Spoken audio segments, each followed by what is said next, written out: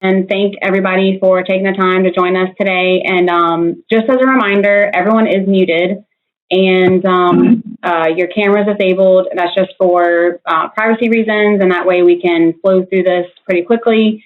But if you do have any questions, please submit your questions through the chat section. And also, if you have any issues with your audio or video, you do the same, just send it through the chat. So first, I want to introduce myself. I'm Katie Burns. I'm the marketing administrator for In-Telecom. And today we're going to have some great insight with from two CEOs who are going to shed some light on their experience with technology during COVID. And I guess I'll go ahead and introduce them both. So joining us today, we have Shawn Torres, who is co-founder and chief executive officer of In-Telecom. Over the past 12 years, In-Telecom has evolved from a telecommunications company and into a team of technology experts excelling across all different service lines. And In-Telecom strives to crush business challenges while providing the best customer experience. We also have Karen Harwell, who currently serves as a chief executive officer of Lone Star Family Health Center, where she has been for 9 years now. Lone Star Family is a federally qualified health center and headquartered in Conroe, whose mission is to provide compassionate, affordable health care and prepare tomorrow's family medicine professionals. And I do want to let y'all know a little bit about Karen's setting today. Their health center is actually a hub for the hub of Conroe, I believe, for vaccines. So she's actually at a fairgrounds today, and they are giving out vaccines, left and right. So she has taken some time today to join us and discuss this with everyone. So what we're going to talk about is the past, present, and future COVID responses and outcomes from a CEO standpoint, viewed through their eyes of business revenue, technology, and phone system management. So I'm going to ask each of them some questions. We're going to get their insight on the beginning days of COVID, what's happening now, and what we should look forward to in the future. So first, I would like to start with Shawn. Tell me about the early days. What was going through your mind, and what were the immediate strategies that Telecom used? Well, I think, first and foremost, thank everybody for joining. But, when COVID first hit, I think like any other business owner, thinking about shutting your business down and sending employees home and not truly understanding what to do, I think there was a lot of confusion for a lot of people. I will say the blessed side of In-Telecom as an organization is that we had the ability to send our employees home and continue operating and servicing our customers. I think the major challenge that the majority of organizations face that I recognized internally as supporting our client base was the majority, a lot of our clients still had on-prem phone systems, improper VPN setups to get, employees working remote, on-premise exchange, not being on Office 365, and the ability to be able to pick up and just go. Obviously, being a business owner in Louisiana, we should all think about those things, and we all have with hurricanes and things like that. Nobody expected, a disease that was going around that would get people sick and have to send people home and cause as much issues. So, we learned a lot. We supported a lot. I think, again, one of the main things that helped us tremendously was being in the cloud and having the remote capability to just be able to pick up and go. And so with that being said, what were the biggest technological challenges you saw with other companies as they were having to move to a remote working environment, and how did In-Telecom respond to that? I mean, we got, busy as can be trying to get a lot of the on-prem customers with remote capability. We had to do some things the hard way that I think made challenges for companies extremely difficult. Some of them we couldn't even help because there was no way to get their employees working remote. So we did the best we could as far as offering, cell phone apps to clients that weren't even on our services as of yet, to get them up and operational to where they could receive phone calls and still operate. We installed a lot of routers, set up a lot of VPN connections. Again, I think some of the biggest challenges are security challenges that we're all faced with every day with cybersecurity. And, the reality of the fact is that it can cause serious issues. And obviously during a pandemic, that's the worst time for that to happen. So, again, the biggest challenges that I feel that organizations face was one, getting communications up and operational, the ability to be able to transfer. Obviously, we all have cell phones, but being able to accept the calls and then accept the call volume and still transfer site to site. I think, VPN connectivity for users to have the ability to maintain their standard operations from home. And number three, I think what a lot of people didn't realize and think about is that with the workforce going home, did they have a proper internet connection that could support that remote connectivity? And I think that's something that we all don't think about every day. We think of internet at home as something we use for, gaming or, research or just to stream video. And some users didn't have the ability. We faced that challenge here with In-Telecom. We had employees that only had DSL at home, and that's all they could have to offer. So I think that's something to pre-plan and a DR plan to understand that what those individuals do have at home, and if you do have to send them home, can they still operate? And if they can't, how are you going to absorb that workload? Yep, definitely. There's a lot of things that, come into play when moving remote that a lot of people don't really understand or know about. So thank you. And to Karen, in the healthcare industry, what were some of the immediate concerns you had when it came to doctor-patient visits, protecting your staff, and just operating as a whole? Sure. Well, thanks for explaining why you can see my vehicle behind me. There's a lot of activity going on outside of my vehicle, so I'm trying to remain focused. When COVID really kind of first came around, we thought we had a good DR plan, emergency response plan. We didn't really have anything that equipped us for what was in store. Immediately, we had to stay connected with our patients. So you can imagine you might have been one of those individuals that was a little leery to go physically into a doctor's office where you could be in close contact with others that have COVID. So there was just initially from the onset a lot of fear and anxiety, which, in my world, I'm in primary care, mostly family medicine, obstetrics, so Wells child visits, things like that. So we had to figure out if patients started not to make their appointments, our no-show rates went up, our business really started falling. And so we had to jump into the telehealth world to try to connect with our patients virtually or over the phone. A lot of challenges there with the population that's of Medicare age, kind of in that, over 65. So phone visits really became huge for us. On the staff forefront, we felt the same way. Our staff felt similarly to our patients. If I don't have to be, physically in a building where there's sick people walking in the door all day, what's my employer going to do? How are they going to keep me safe, right? So we had to kind of go through and immediately figure out who had to be on site to conduct their job and who we could send home. But that presented huge challenges for us because of a lot of stuff that Shawn just mentioned. Particularly, I'm glad you mentioned the internet because we live in a fairly rural part of Texas, and so a lot of our employees were happy to work from home, and we could give them a laptop, and we could even give them a cell phone, but their connectivity at home wasn't as reliable. So we really had the challenge really in the forefront to summarize was really figuring out how to conduct virtual and phone visits, so that telehealth visit, how to keep our staff safe and figure out who could work at home, how to protect everyone with PPE, things like that. And then figuring out in the insurance world, and a lot of our patients don't actually have insurance, but for us in the medical world, it was figuring out how do we get reimbursed for these new visits, right?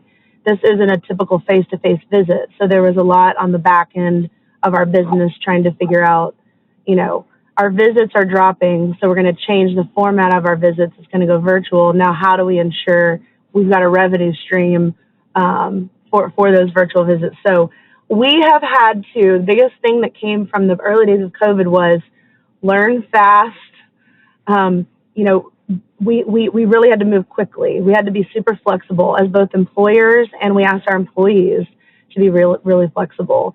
We had to communicate, communication overload. We had to, kind of really tell employees, we felt like there was no way we could do too much communication. So we wanted to make sure everyone knew kind of what we were thinking, what was coming next. And so I think that just kept the culture intact as much as possible and kept the staff feeling the trust between employer and employee, that we wanted them to remain safe, that we were doing everything we could. So yeah, those are my key learnings, which I think is what you asked, which was we weren't prepared. So learn quickly and react and adapt and over communicate. Yes. And I think you answered this next question, but were there any key learnings or essential changes that healthcare industry had to make, other than what you said, to calm the initial panic? Yeah, I think I kind of answered that, but one other thing I would say is, we've had, and this is common in the medical industry, we've had portals that have been available to patients, right? And so a patient portal is where you can go to maybe request an appointment, maybe make a payment, maybe chat with your nurse or your doctor, get your lab results. Well, pre-COVID, we had about 2% of our patients that elected to join that portal, right? So it's a great tool, but it wasn't a tool we were really able to use as our primary communication tool when COVID hit. So I think another thing that came out of that is really, we're still in the midst of craziness right now, but how important it is going to be for the patient to have access to the doctor in some form, and for the doctor to have access to the patient. And we will absolutely be ramping up the marketing of our patient portal and making it easier for people to get a portal account for that very reason. So that's the only other thing I'd mention. Thank you. And moving on to now, present day. So Shawn, as a lot of organizations are still trying to figure out how to keep their teams connected when they're physically separated, what are the most effective ways you've seen for companies to reinforce open communication, transparency, and keep their culture thriving despite the distance? I think, I think looking at what people are facing today is, when you have your staff going remote and not being in the environment that they're used to being in, there's a big adjustment. So I think, like Karen said, communication's key. I think, daily morning huddles, getting together, having face-to-face interaction, using video more often. If you look at the market and the trend of what happened with Zoom and how, important it came to using video, is kind of, I think that users should do video more, even if it's one-on-one interaction, because we're all humans and we're social creatures, and not having that social interaction, I think, can be very strenuous on an individual being, cooped up in their house and not leaving. And, we're not doing the normal things that we used to do, like go on vacation and go to restaurants and go to movie theaters. So there's lots of, internal pressure, I believe, that I think doing the face-to-face interaction, having just daily check-ins with your team, using video calls, knowing that they're there, the ability to have presence and use cloud technology to understand where people are, what people are doing. And I think it also opens up a new realm for organizations like us. We're not necessarily having to be in the brick and mortar. So it opens up, our employment market nationwide, because we realize that you can do our job remote. And even in Karen's world with telemedicine, she can hire a doctor in New York that can do telemedicine from sitting at their home. They can see more patients, so therefore can generate more revenue streams. Same thing with us. I even noticed today, even with using the technology, I can run more meetings. I have less road time, less travel time. You're getting those face-to-face interactions. So I think utilizing the technology that's out there today will allow you to, keep expanding, your organization and continue to adapt and change to whatever they want to call the new normal. I guess this is normal, but again, utilizing the technology and embracing it. I think some organizations are facing those same challenges with taking their employees and having them to embrace using the technology, using Right. chat functions and being able to communicate more. So, Yes, communication definitely is key. And you mentioned cloud, and this meeting is about how cloud telephony, can help you with these challenges. So can you explain and tell us exactly what is cloud telephony? How does it currently help organizations from a revenue and operating standpoint? So most organizations today, believe it or not, on the market are still utilizing on-premise phone systems and antiquated technology. What cloud telephony will allow you to do is it gives you scalability. So it gives you the ability to be flexible without having to purchase licensing, hardware. Really, all you need is an internet connection and plugging a phone in, and there you go. It's away. We're even getting to the point now where we're deploying applications for clients where we don't even have a phone. You can see we're still communicating here, and none of us are on a phone. We're using our PC or an iPad or whatever you have available. So cloud telephony just gives the individual users flexibility. It doesn't matter where they are. They can be sitting in a parking lot offering vaccines and get on a call and run a meeting. So without cloud telephony, you really can't do that.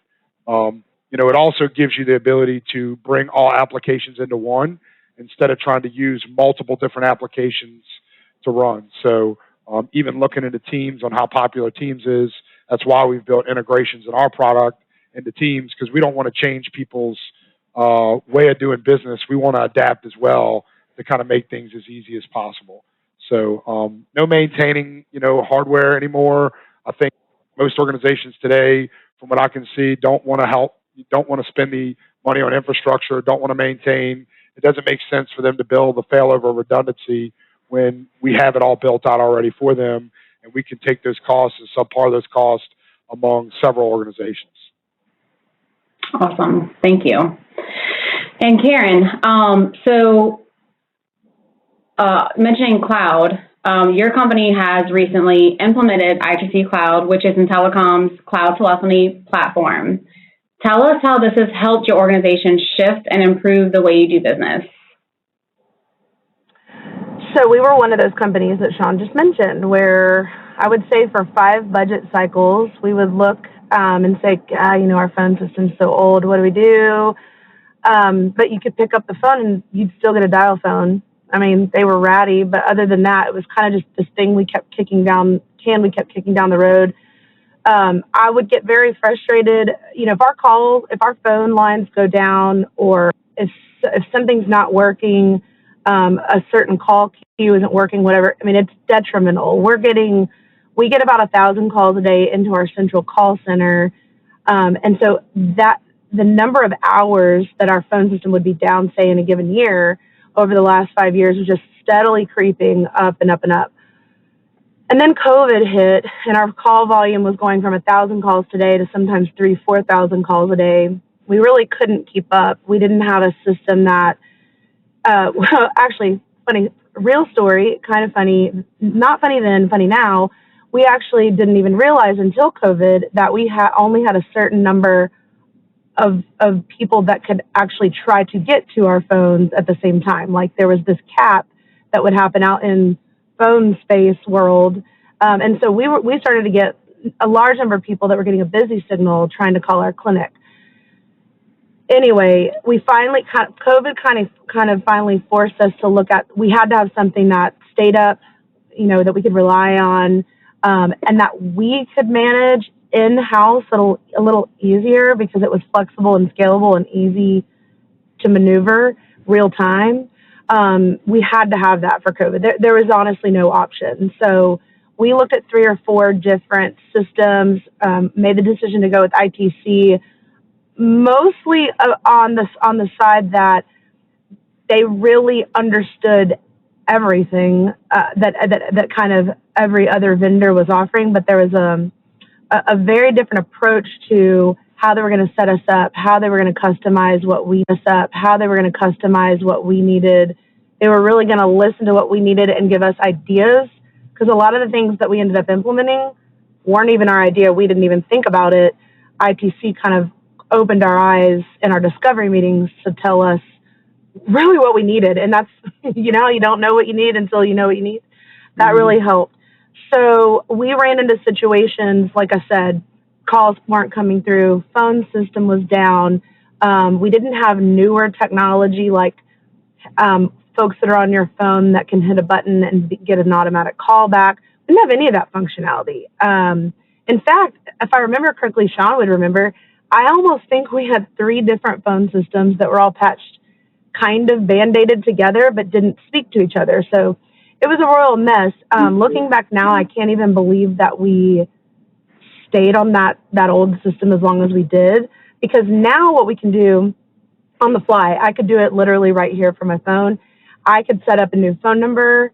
I could set up a new call queue. I could put people in a call queue. I could route people. Now, trust me, I'm not doing this.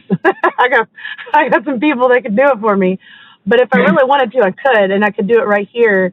And I had an instance last week where the local Channel 2 news station published our main clinic phone number for the entire greater Houston area to call us if they wanted a COVID vaccine. And I had a minor panic attack. And I reached out to ITC, and literally within 2 minutes, they could have had, they could have guided me through the process for setting up a phone number with an automated voicemail on the other end that would collect information we needed from people off of our phone system, off of our servers, no disruption to clinic. Things like that could never happen before. So I'm rambling a little bit. I will say this. We have about 200 employees, and we've got about 50 or so, I would say, that are always on their soft phone. So their office phone, they're using their office phone from their home or out in the field or at the hospital because they're not in the clinic, they're in the hospital. One specific incident that did happen that I want to brag on ITC for, we got rolled out. We were probably live post implementation by about a month. And in fact, I think I sent Katie and Shawn, I think I sent you guys this little accolade. We were getting registered as a provider to administer the COVID vaccination, but the state of Texas had to reach our medical director by office phone, in order for us to complete registration. It was like insane. And our medical director is not sitting in his office next to his desk phone ever. So thankfully, his cell phone rang when the state of Texas called his office, and he happened to be in the hospital helping patients there, and he was able to get, real time, everything worked because his phone rang on his, where he was, and he was able to answer it. And it was just a very important phone call. And so, you miss the call from the state, you're going to be lucky if they call you back in the next couple of weeks, right? So it was a very important phone call that we got. So yeah, we've been able to really shift people home, get them up and running, get them on the communication system that they need to be on. We can all stay in much better communication. And like I mentioned, phone visits for patients are huge right now. Patients have internet issues. Patients are older, so they've got user issues online, virtual platforms. So our doctors are literally conducting billable telephone visits from their cell phone, by the way, masking their personal phone number because they're using a soft phone. And so it's been life-changing for the clinic. That's awesome. Thank no you. idea if I answered your question, by the way. Yes, you answered a lot of questions. You did. So now looking into the future, Shawn, what are you hearing from your clients and fellow CEOs about the trends that will be seen this year? I think a lot of the trends in technology are going to be forcing individuals to go remote. From what I've noticed inside of our organization, we've done a lot of email migrations into Office 365. We've done a ton of transitions from on-prem phone customers to cloud to be able to have remote capabilities. We have some clients that are not even going back to their offices, that are shutting down offices and having their workforce work remote because they're seeing an increase in productivity. They're seeing no change, obviously, from a financial perspective for any organization that allows them to be, extremely profitable because you can cut back on some expenses that you're dealing with day to day, thinking about your building, your cleaning crew, your coffee, your toilet paper, and all these expenses that hit any organization that have multiple individuals in one building. So I'm seeing a lot of that. I'm seeing a lot of individuals, even in the healthcare industry, like Karen, that need the ability to be able to send their employees home at the drop of a dime. Looking at, if you have a group of individuals working around each other and they get exposed, and then you have to send a bunch of people home, can they still do their job from home? Without that ability, that puts a lot of strain. Thinking of individuals in the in the restaurant industry, it's not like you can run your restaurant from home. You can't do that. So therefore, you're forced to deal with those challenges. So that's some of the biggest challenges that I see that people are working towards in the future. You see a lot of companies that are just pushing the bar to get remote connectivity to be able to work from home on any device.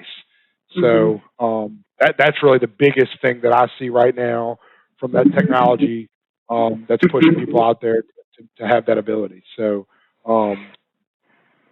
and I think you may have answered the next question with this, but from a technical standpoint, what do employers need to focus on now in order to meet those trends, specifically with cloud technology? Just plan, have that DR plan in play. Think of any scenario that could happen to where you need to be able to send your people home. Don't just think about the ability to work from home. I think people need to think about the environment that these individuals are working in to help maintain that healthy atmosphere. I look at our organization and I think a lot of the reason that we've had the success that we have is the culture. I think people live and breathe that culture. So I think being able to keep that culture going, kind of like what we were doing, we were 100% remote doing, bingo night, and just keeping it fun. I mean, I think most people want to work in an environment that's fun. I think any job can be stressful, no matter if you're a CEO or a nurse or, a help desk technician. But I think keeping and maintaining that good atmosphere is something that people have to think about and strive to get to. Yes, definitely. And Karen, what do you see in the future of healthcare? Could there be another wave of COVID-19 cases? And how can other healthcare, I know you don't want to hear that. How can other healthcare facilities prepare now? So I'm not even going to touch the question of whether there could be another COVID outbreak. I'll leave that one for maybe one of my doctors that can put their name on the line for that. I'm going to go with let's hope not. So we're still in the middle of it. We don't really know. We're vaccinating, but there's still vaccines that are going to come to market. There's going to be a lot more, I think, that develops with COVID. Hopefully positive developments, but a lot more that happens over the next 6 to 12 month period as we get this down and figure out how frequent vaccines need to take place and, all these variant strains and everything. Let's try not to get too far ahead of ourselves there. But I think one thing that's, really important for us in primary care is that when you're someone's primary care physician, you're kind of charged with their overall health, right? So they may venture away from you for specialty care, to go to the hospital. But I think one huge thing and we were kind of right in the middle of it pre-COVID, is really just the exchange of health information, right? So health IT is going to continue to be major. Most health facilities have made the transition to an electronic medical record. Now there's lots of electronic medical records, all very different, some built from the ground up, proprietary systems that organizations have built, but most out of the box. And those systems right now, there's not a lot of interoperability within an organization and their unique systems, let alone between organizations, right? So that's going to be something that's a major player in healthcare is just the HIE or healthcare information exchange movement. There's also, I think, and I'm living proof right now. Our health center, although we get some grants and we get some federal funding for the indigent population we take care of, we partner a lot with public agencies. So we're out here today with about 6 public agencies in our county and our city and our public health department, just collaborating between us and them to deliver the public health need, to deliver to the community their needs right now during this public health emergency. It's not just Lone Star, it's not just the county, it's not just Homeland Security, it's not just public health. We're coming together to do that. So it creates some complications because right now we're acting first and then worrying how we pay for everything later, and that's typically not a great way to run your business. It's kind of in our mission and what we're charged to do. But I think there's going to be a lot of legislation around telehealth and virtual health so that those visits are, right now there's a lot of special reimbursement rules that are taking place under the public health emergency. But I think there's a lot of work being done to legislate at the federal level and the state level to continue paying for that type of care. So we don't believe that just because people didn't feel like going to the clinic, they didn't feel safe during COVID, they wanted to jump on the phone with their doctor or on a video with their doctor. We don't believe that trend is ever going to go backward and go to pre-COVID days. So we want to make sure that we're able to deliver those services and be paid for those services. It's made recruitment a heck of a lot easier because Shawn said this and he's dead on. If you have a doctor that you can go out and say, hey, you're going to have one day a week where you're going to, office from home and conduct virtual visits, or, whether they can work those into a day from their office in the clinic. We've got some doctors that we've brought on board just to help with all the volume we have. They're purely just conducting telehealth visits. And so, that's great. I think that's a good thing actually in the future for recruiting, because I don't know the number. It's in here somewhere, but I think that the estimate by 2025 was that, the U.S. was going to be short on primary care physicians by some 5-digit number of doctors. So I think the more you can cater to the caretaker and what that patient visit looks like and what that setting can be, if it allows them to have, flexibility in a lifestyle that they prefer, then that helps. Because Katie mentioned it in the very beginning, a little bit in my bio, but one of the other things that our health center does is we operate a residency program. So we are training doctors that are going to be done with all of their training and go start their own practices. They're with us for 3 years. So it's actually fantastic because, well, we recruit a lot of them and they end up staying and working for us, but we kind of know what the new generation of physicians is looking for in an employer. They're very, very tech savvy. They love doing the telehealth. They love doing community outreach and doing things.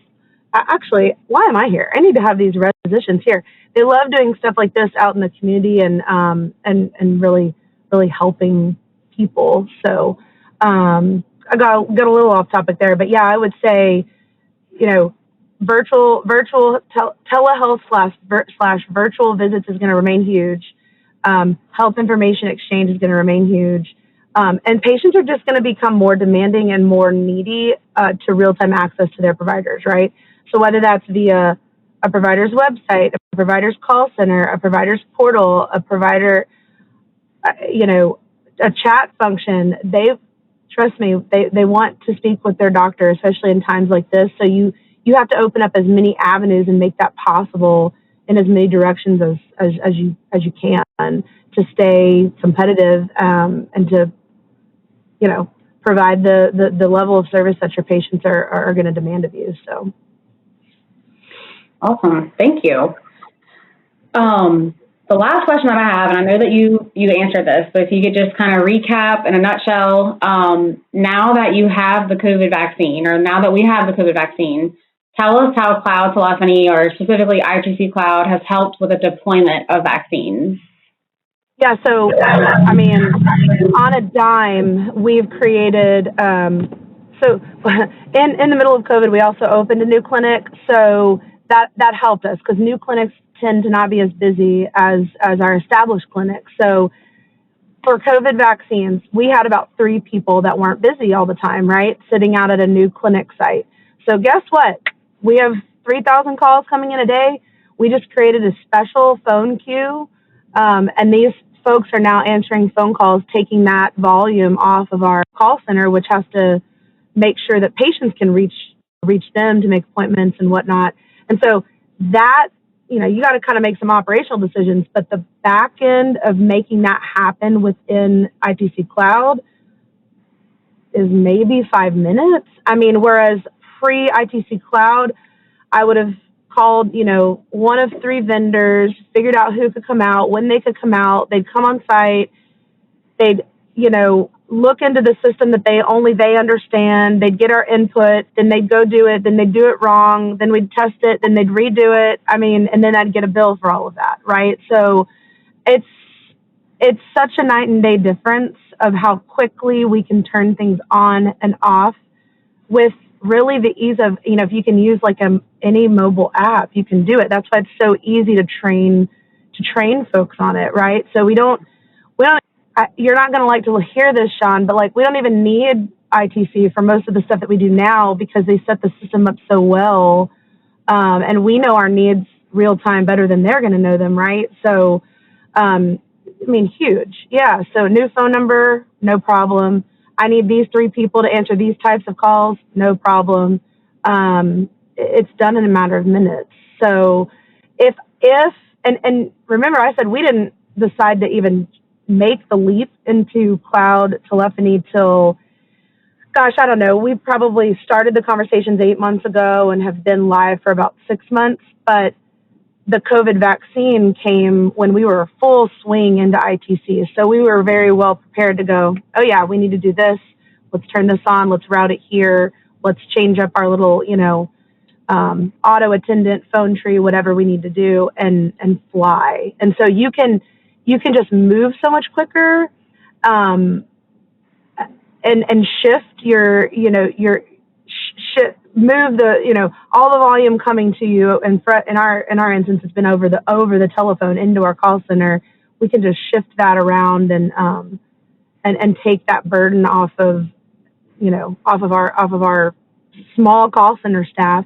And for me, I'm clearly not the one that's going in and making those system changes. But for me, I can look at much better metrics at a high level. Our phone system was giving us so much trouble, and we were getting so many patient complaints about not getting through, again, our old system, that we even started presenting at our monthly board meeting a dashboard that's just showing our board members, this is obviously on their radar, showing our board members how many calls we're answering within a certain time frame, how many calls are getting abandoned, just some really high level stats.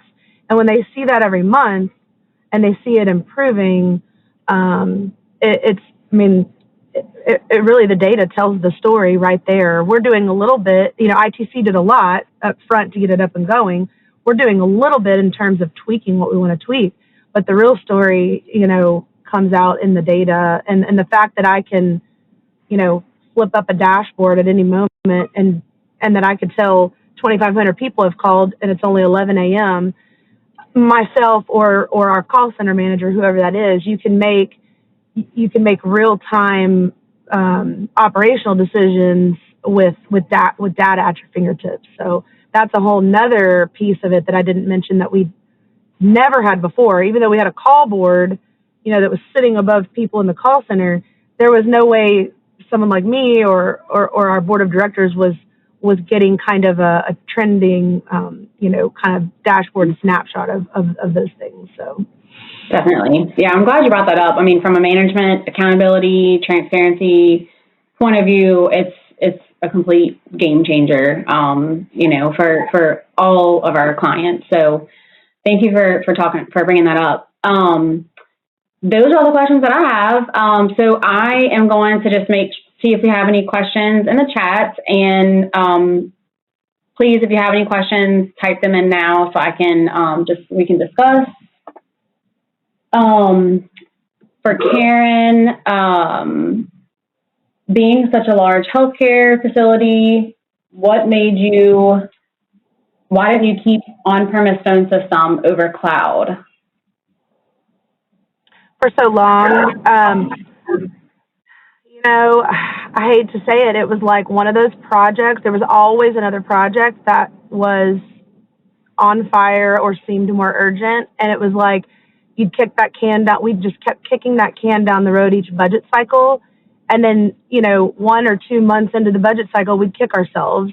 And it was really just lack of planning around that phone system. And it wasn't, I say COVID was the trigger to switch to cloud, but it was really, COVID was the final push.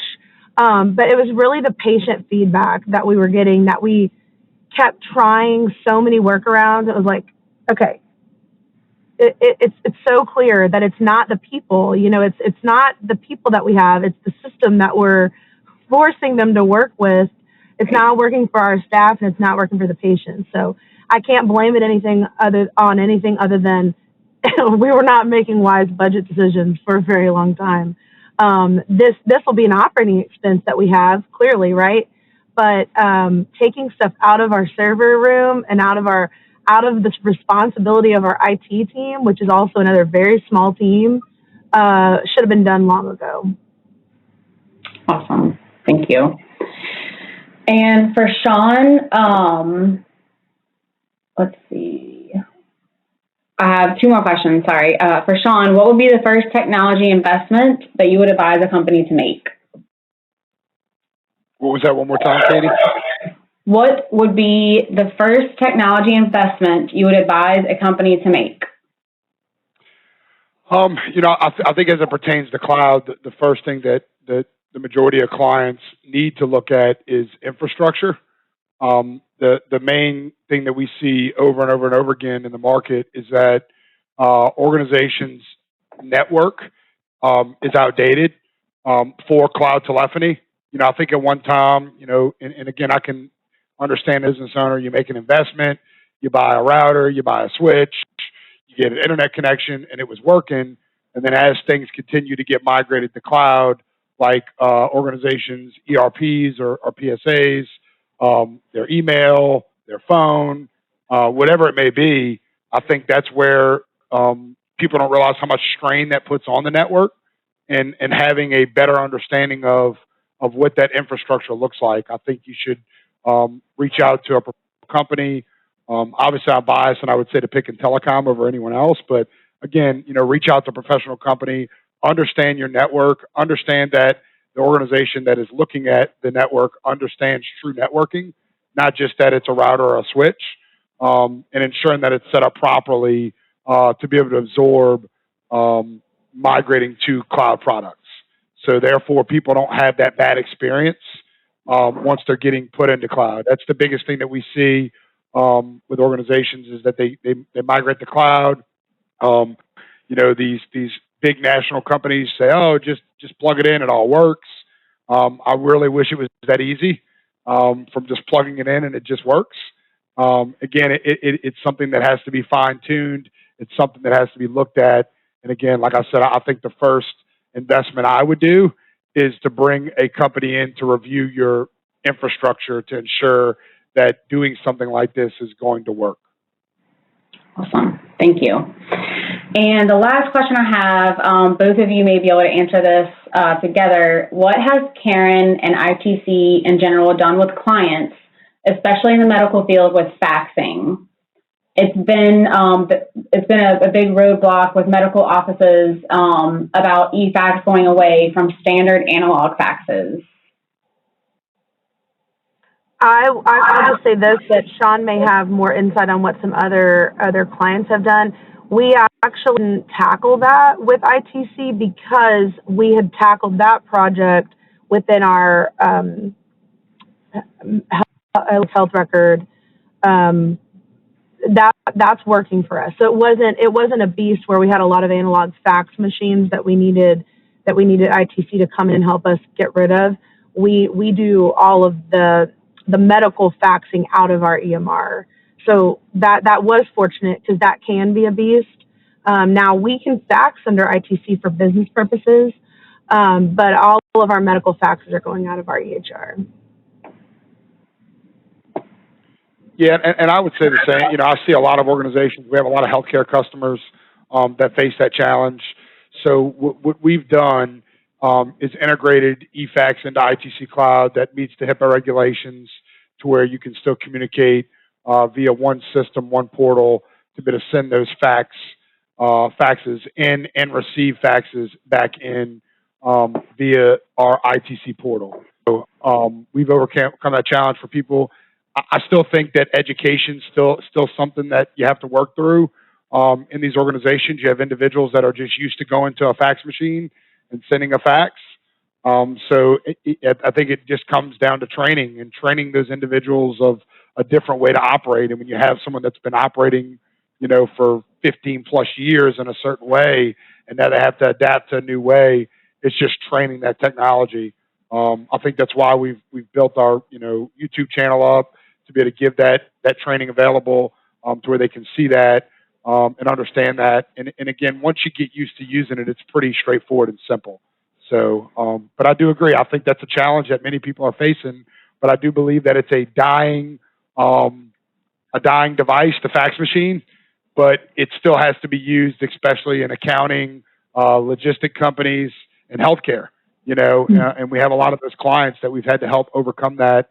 And again, it's just training them on using the proper software to get it working. And again, I think it can't be 8 different devices. It needs to be one.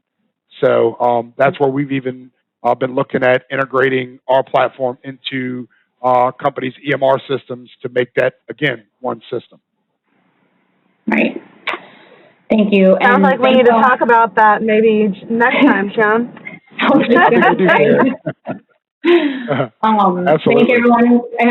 you everyone for the questions.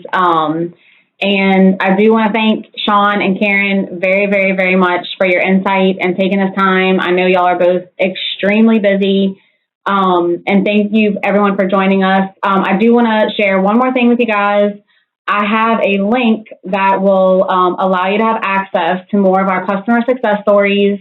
A lot of this was you know, geared towards healthcare industry, but you know, all businesses in general. But it will be good to, you know, get other perspectives of different types of businesses that we're also helping as well. So if you would check out the link that I'm about to put in the chat box, and this will also give you access to all of our upcoming events, any educational documents we put together, our latest news, and also success stories. So again, I appreciate everyone taking the time to get on this webinar, and I really hope you enjoyed it and learned something, and we will see you all next time. Thank you so much. Thank you. I'm putting this in the chat now. Sorry, guys. There you go. Bye. Bye-bye. There you go. I'm going to stay in just a few minutes so we can get this.